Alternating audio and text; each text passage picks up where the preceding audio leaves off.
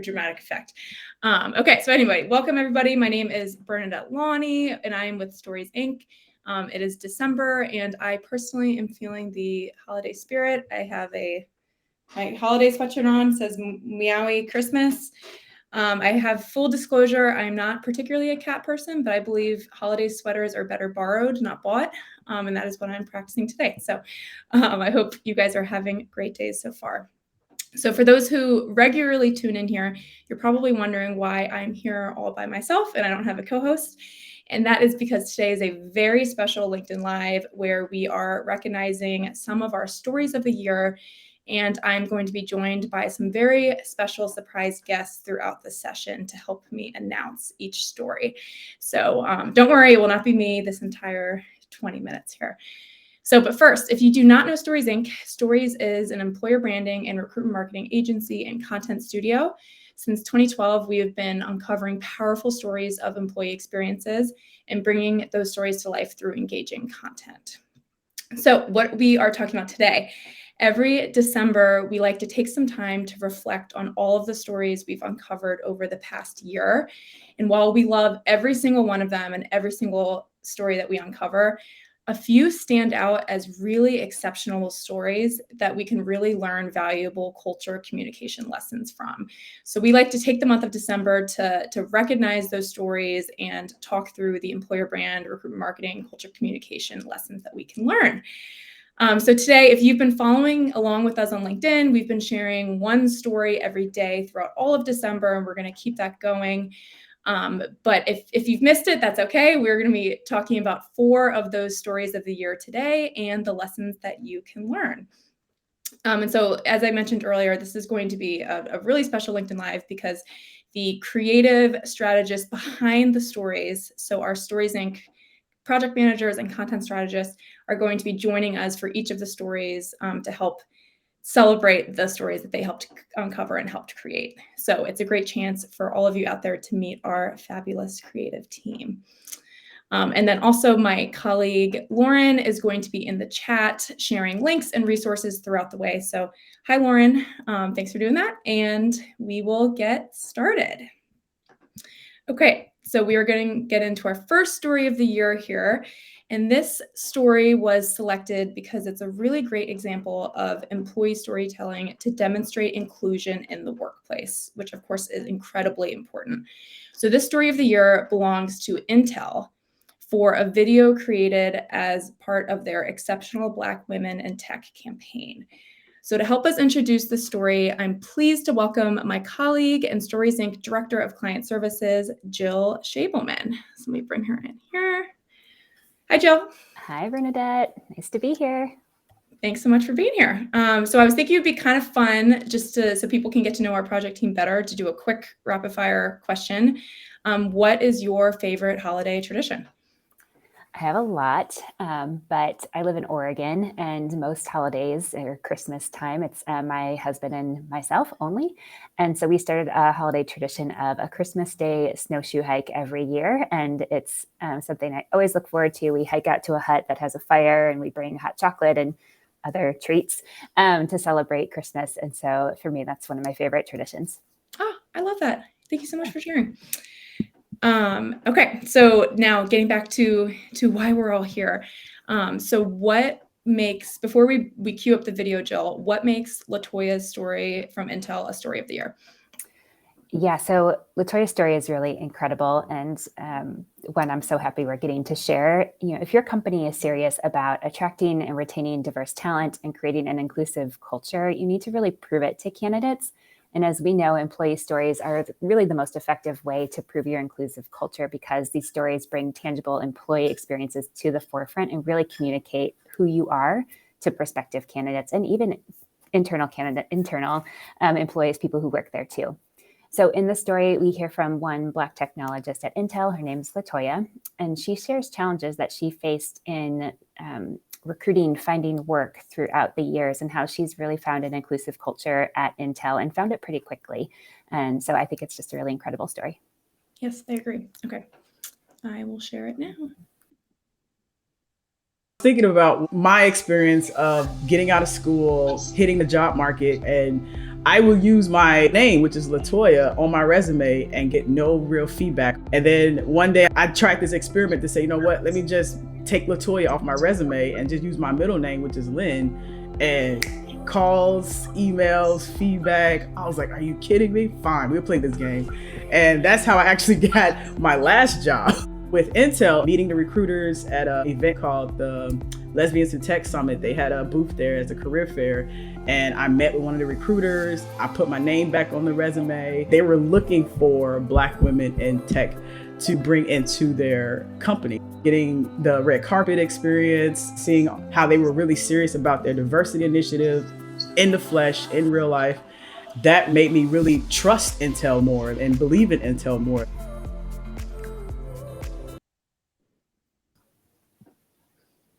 Such an amazing story. And like you said, it really uses Latoya's story to demonstrate what inclusion looks like at Intel. And was really vulnerable of her to share that story from her past experiences too. So that's a really special one. Absolutely. Okay, well, thanks for joining us, Jill. I think we'll see everyone at the end, but thanks for announcing this story of the year. Thank you. Okay, so that's a great one to kick us off. So we have our, drum roll please, our second story of the year. And this story was selected because it uses employee storytelling to connect personal and professional purpose. So as we know, communicating your purpose to candidates and to employees is really important to your employer brand strategy. So this story of the year belongs to Sophia Genetics for a video created as part of their employee value proposition content library. To help us introduce the story, I'm pleased to welcome my colleague, Shannon Edwards, who partnered with Sophia Genetics to capture this story. Welcome, Shannon. Hello.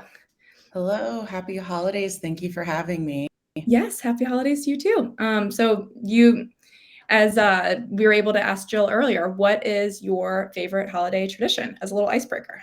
Yeah, I think simply it's just spending time with my family. You know, it's a special time of year and I don't always live close to them. So being able to have that time is always very special for me.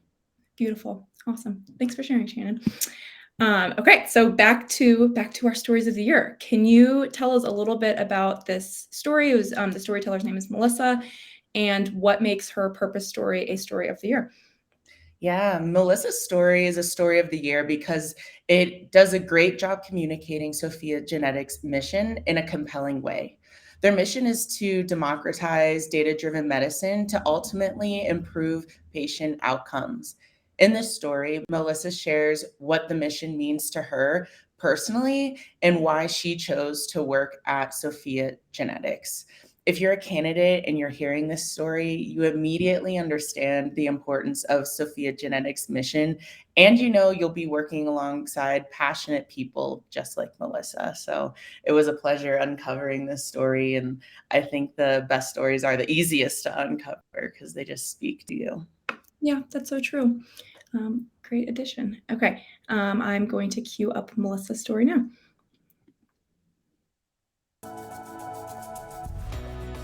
I came to Sophia after more than 20 years with my previous company. And what lured me away was hearing Jurgi give an interview about Sophia Genetics and about the mission, what he believed in, and this idea of democratizing data-driven medicine. So moving to Sophia was moving closer to something that was at my heart. My mom died when I was 15 from breast cancer.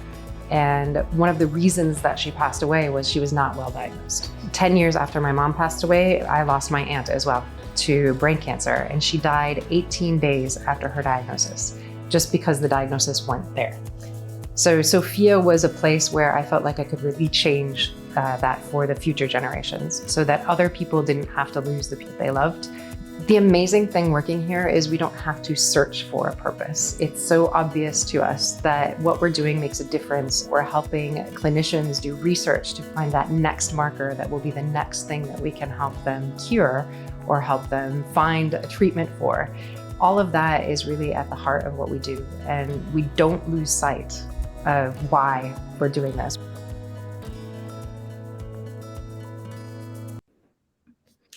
Awesome. A little behind the scenes tidbit for why that story didn't look quite to frame on the screen, Stories Inc., we create content optimized per content channel.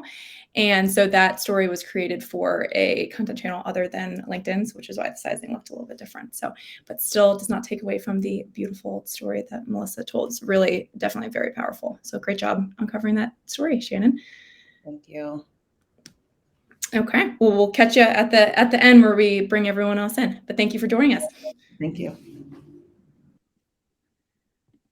All right, 2 down, 2 to go. 2 amazing stories so far. So our next one, little drum roll, is we kind of titled this one "Talking Your Tech." So our next story of the year was selected because it uses employee storytelling to connect with a niche, high-demand talent category. So especially for folks that are more aligned with talent acquisition, recruitment marketing, that are really looking to reach specific candidates, this is a story that was recognized for that reason. So this story of the year belongs to the manufacturing company Vico for a video created as a part of their culture content project. So to help us introduce the story, I'm pleased to welcome my colleague, Chrissy Coluccio, who partnered with Vico to capture this story. Welcome, Christy. Come on in. Hey, how are you? I'm so honored to be here today. Yes, we're honored to have you too. And I love your Christmas lights. They look wonderful. Well, I was trying to be festive. Thank you. Thank you. So for a quick icebreaker, what is your favorite holiday tradition, Christy? Well, it actually has to do with Christmas lights. Growing up, I always remember one of the most exciting things that I would do my family would be driving around looking at all the Christmas lights. Maybe it was after Christmas Eve church services or whatever, but taking time to do that and really enjoy the moment. And I try to do that now with my family, even though if I can get them to look away from their phones and look at the beautiful lights out there, I really still enjoy it. And that's one of my favorite things about the season is seeing all the Christmas lights that are out. Oh, that's really nice. It's nice to be able to pass traditions down too. Yeah. Okay, so thank you for that. We will, getting back to our stories of the year here. Christy, can you tell us a little bit more about this story from Vico and what makes it a story of the year? Yes, Matt's story is a story of the year because it really talks your tech, meaning that it speaks the technical language of the candidate. So, in addition to company culture, diversity, and inclusion practices and flexibility, it's really important to not forget that candidates are also evaluating the job itself. So, your recruitment marketing content really needs to reflect that and give candidates insight about what they can expect the specific job that they're applying to be like. So this story from Vico was created to attract engineering talent to the company, which is a really important job category for them. And you'll see this video, it really leans into the technical side of things, maybe some that I don't understand and didn't quite understand as we were talking to Matt. But that's the reason. If you're not in the field, you won't know what the video is talking about, but that's part of the point. It will get the right candidate excited about the role and interested in learning more. Awesome. Great intro. Okay. I'm ready to see this video.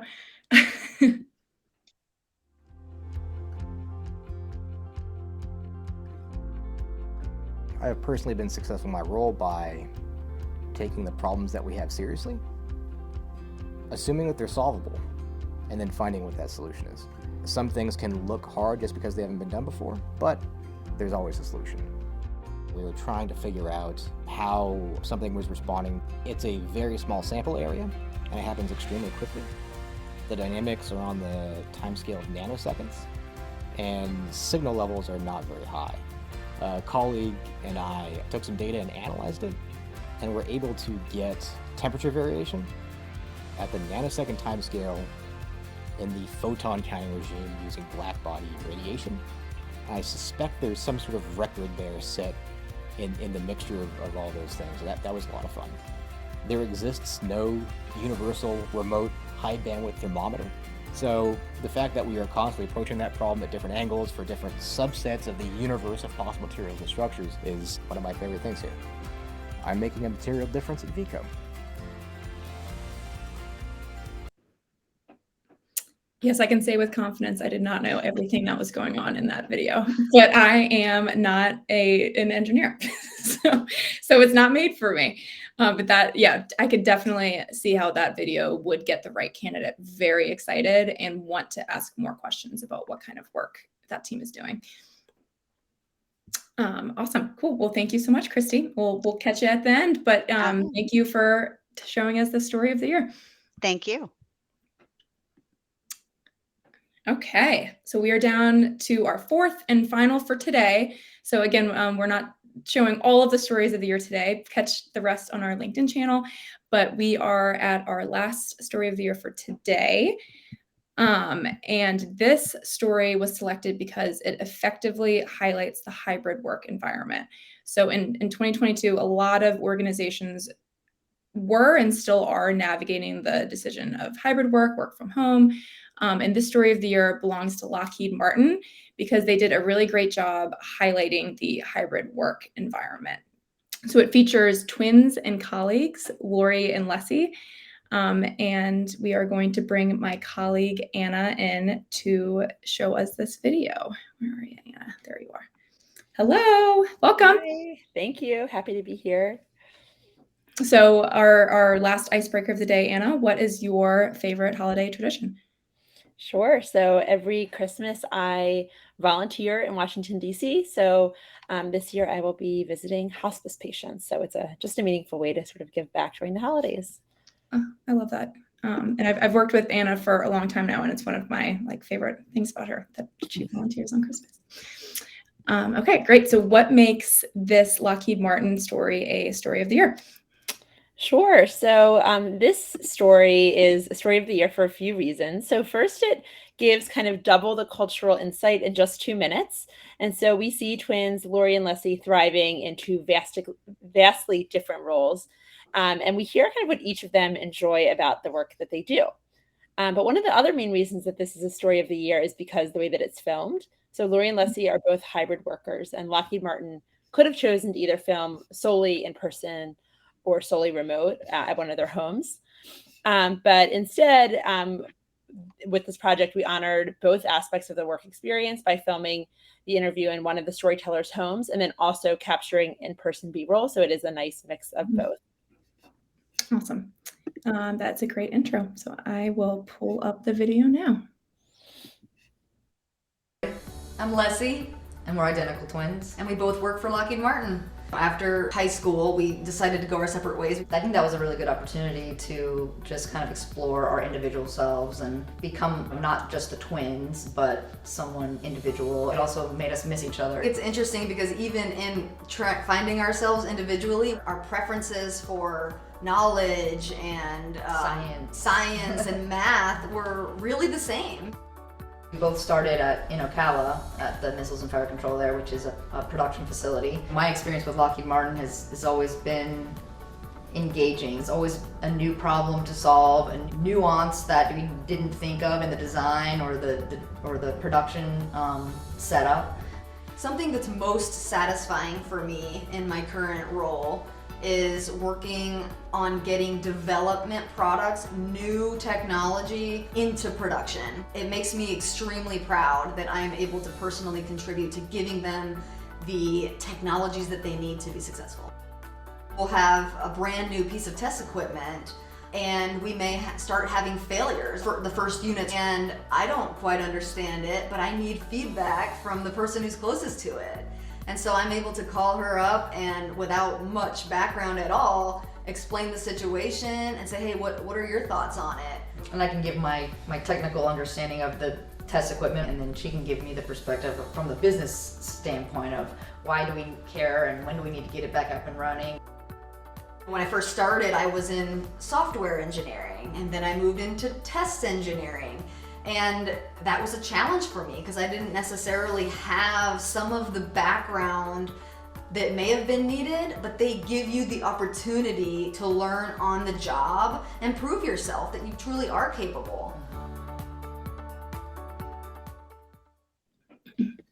Such a great video. And yes, like you said, so much information there in 2 minutes. So we get about the specific job and the career path and the personal side of things, and it's such a great video. Totally. Yeah. Thanks. Awesome. So I'm not going to send you away, Anna. I'm actually going to bring we're going to bring everyone back in here to kind of wrap us up. Welcome back, everybody. Yay, we did it. Woo! So yeah, thank you all for joining us today. These were just 4 of Stories Inc.'s 2022 Stories of the Year. So definitely encourage everyone to check out the rest on our LinkedIn channel. But thank you for joining us today and helping announce our stories. Bernadette, before we all head out, I just do want to give a heartfelt thank you to our team for all the work they do to uncover really meaningful stories like this. It takes a lot of empathy, vulnerability, and kindness to connect with storytellers in a way that lets them open up and share things that they maybe didn't anticipate they would share when they sat down in an interview chair. And so, a lot goes into this work. So I just want to say thank you to everyone here today and the rest of our extended team.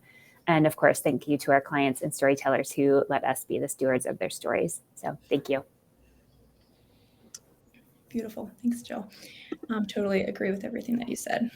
Okay, so I think that's all we have today. If you like sessions like this, follow Stories Inc. on LinkedIn. We try to do these LinkedIn Lives every other week. And whether you are staying home, traveling, going near or far, I hope everyone is able to enjoy the holiday season. And we'll see you in 2023. Awesome. Happy holidays, everyone. Holidays. Bye. Bye.